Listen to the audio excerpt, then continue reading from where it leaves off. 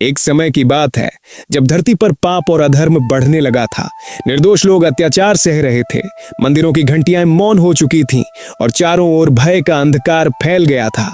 तब स्वर्ग लोक में तीन महान शक्तियां महालक्ष्मी, महासरस्वती और महाकाली ने मिलकर धरती की रक्षा करने का संकल्प लिया। उनकी दिव्य ऊर्जाएं एक तेजस्वी प्रकाश पुंज में समाहित हुईं और उसी दिव्य प्रकाश से प्रकट हुई एक अलौकिक कन्या, लाल वस्त्रों में सजी, शांत किंतु अत्यंत तेजस्वी। वही थी माता वैष्णो देवी।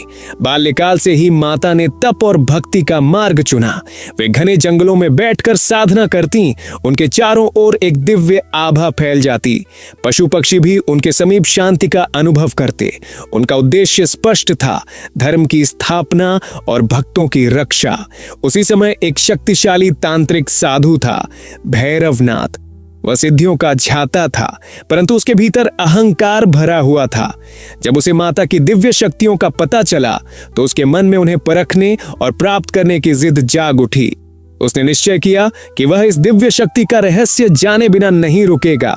माता जब त्रिकुटा पर्वत की ओर बढ़ी, भैरवनाथ भी उनका पीछा करने लगा। पहाड़, जंगल, घाटियां, लंबी यात्रा चलती रही। रास्ते में जब भक्त प्यास से व्याकुल हुए तब माता ने अपने धनुष से एक बाण चलाया। धरती से जल की धारा फूट पड़ी, पवित्र जल बहने लगा और सभी की प्यास बुझ गई। वह स्थान आज बाण गंगा के नाम से जाना जाता है।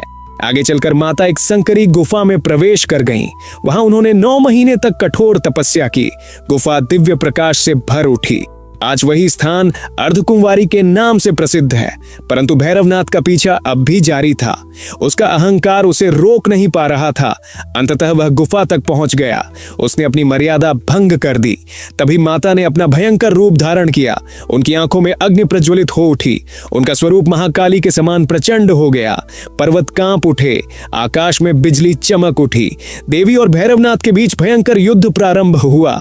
युद्ध के अंत में माता के एक ही दिव्य वार से भैरवनाथ का सिर धड़ से अलग हो गया। उसका सिर दूर पहाड़ी पर जा गिरा। उसी क्षण भैरवनाथ को अपनी भूल का एहसास हुआ। मृत्यु के निकट उसने फोल्डेड हैंड से माता से क्षमा मांगी। उसके स्वर में अब अहंकार नहीं, पश्चाताप था। माता का हृदय करुणा से भर गया। उन्होंने उसे क्षमा कर दिया और वरदान दिया कि उनके दर्शन तब तक पूर्ण नहीं माने जाएंगे जब तक भक्त भैरवनाथ के मंदिर के दर्शन नहीं करेंगे। तभी से माता का पवित्र धाम त्रिकुटा पर्वत पर स्थापित हुआ, जहां आज लाखों श्रद्धालु जय माता दी के जयकारों के साथ पहुंचते हैं और भक्ति भाव से अपने मन की कामनाएं अर्पित करते हैं। यह कथा हमें सिखाती है कि अहंकार का अंत निश्चित है। सच्ची भक्ति में अपार शक्ति होती है और क्षमा सबसे बड़ा धर्म है। जय माता दी।